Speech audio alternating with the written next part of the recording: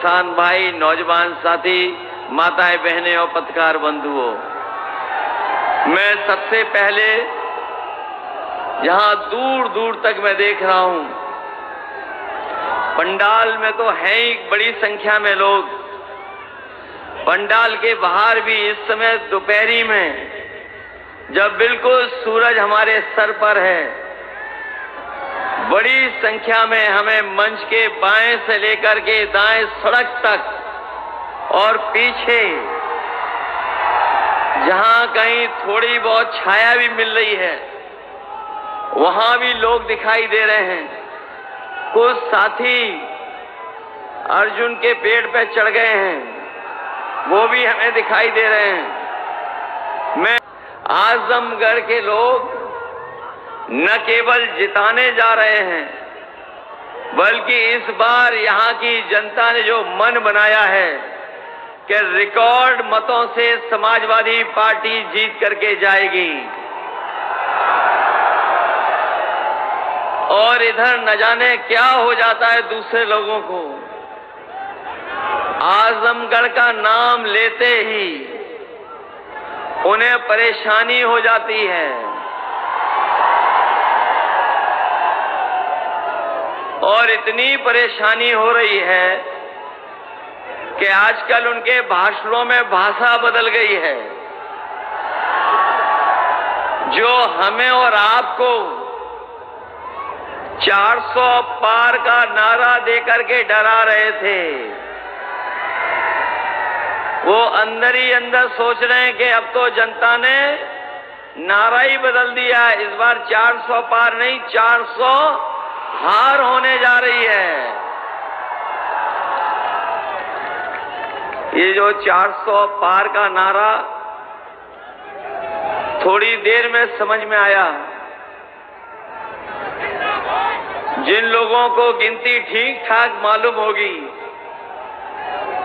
और हिंदी को समझते होंगे सही तरीके से, 400 पार का मतलब तो यही हुआ कि 543 के बाद जितनी सीटें हैं वही भारतीय जनता पार्टी जीतने जा रही है, एनडीए जीतने जा रही है।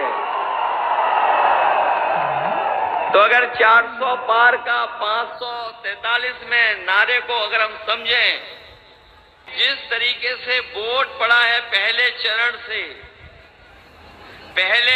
से जो वोट पड़ना शुरू हुआ है, आने वाले समय में जब 4 जून को परिणाम आएगा तो आप देख लेना, जो 400 पार का नारा दे रहे थे, 140 करोड़ की जनता इनको 140 सीटों के लिए भी तरसा देगी। जो लोग बिल्कुल ऊंचाई पे पहुंच गए थे, उनका काउंटडाउन शुरू हो गया है और नीचे जाते जा रहे हैं, इतना गिरते जा रहे हैं कि वो हो सकता है न जाने कहां पहुंच जाएं। और जो ये 2 चरण आखिरी बचे हैं, ये 6वां और 7वां, अभी तक जो जनता का गुस्सा नजर आया है, ये गुस्सा हर चरण में बढ़ता जा रहा है और जब 7वें चरण में पहुंचेगा चुनाव, तो जनता का गुस्सा इनके खिलाफ 7वें आसमान पर पहुंच जाएगा। ये लोग जो बड़ी बड़ी बातें कह करके हमें आपको समय समय पे गुमराह करते रहे, जिन्होंने कहा कभी कि आय दोगुनी हो जाएगी किसानों की, हमारा किसान हिसाब किताब लगा रहा है 10 साल बाद भी किसी किसान की आय दोगुनी नहीं हो पाई। और जब हमारा गरीब और किसान लागत का हिसाब किताब लगाता है तो बताओ लागत बढ़ गई कि नहीं बढ़ गई 10 साल में? न केवल लागत बढ़ी है, बल्कि जिस तरीके से महंगाई बढ़ी है और लगातार महंगाई बढ़ा करके इन्होंने हमारे गरीब किसान, खेती बाड़ी करने वालों का जीवन संकट में डाल दिया। जिन्होंने बहुत बड़े पैमाने पर बड़े बड़े उद्योगपतियों का, कारोबारियों का जो कर्जा माफ किया है, लेकिन हमारे किसानों का कर्ज माफ नहीं हुआ है। इसलिए इस मौके पर हम आपको भरोसा दिलाने आए हैं। आपने इंडिया गठबंधन और समाजवादी पार्टी के बारे में पढ़ लिया होगा, जान लिया होगा, और ये इंडिया गठबंधन ने तय किया है कि जिस तरह बड़े बड़े उद्योगपतियों का, कारोबारियों का कर्ज माफ हुआ है, आने वाले समय में 4 जून के बाद जब सरकार बनेगी तो हमारे गरीब और किसानों का भी कर्ज माफ उसी तरीके से होगा। उन्होंने जब नियम बनाया तो नियम ये बनाया कि जिन लोगों का कर्ज बैंक से है और 5 करोड़ से ऊपर का कर्ज है, उन्हीं का कर्ज माफ होगा। इन्होंने गरीबों के साथ धोखा किया, किसानों के साथ धोखा हुआ, क्योंकि हमारा गरीब और किसान केवल लाखों में कर्ज लेता है। इन्होंने 26 लाख करोड़ अभी तक बड़े बड़े उद्योगपतियों का कर्ज माफ किया पिछले 10 साल में, लेकिन उसके 10% भी अभी किसानों का कर्ज जो माफ नहीं हुआ है। इसलिए समाजवादी पार्टी और इंडिया गठबंधन ये फैसला लेकर के चला है, न केवल कर्ज माफ होगा बल्कि अपने किसानों को लिए जो कानूनी अधिकार की लड़ाई थी कि एमएसपी के लिए कानूनी अधिकार मिल जाए, तो किसानों को कर्ज माफी के साथ साथ उनकी फसल की पैदावार के लिए कानूनी अधिकार दिला करके उन्हें खुशहाल बनाने का काम भी होगा। वहीं यहां हमारे नौजवान हमें दिखाई दे रहे हैं, ये बहुत मेहनत तैयारी कर करके परीक्षाएं देने जाते थे और पिछले 10 साल से लगातार कोशिश कर रहे हैं कि इन्हें नौकरी और रोजगार मिल जाए। न इस सरकार ने नौकरी दी, न इन नौजवानों को सम्मानजनक रोजगार दिया। और जब कभी भी हमारा नौजवान तैयारी कर करके परीक्षा देने गया तो जब मालूम पड़ा और वो घर लौट करके आया तो पता लगा कि परीक्षा का पेपर लीक हो गया। जो लोग परीक्षा दे करके आए होंगे वो जानते होंगे कि एक पेपर लीक नहीं हुआ है।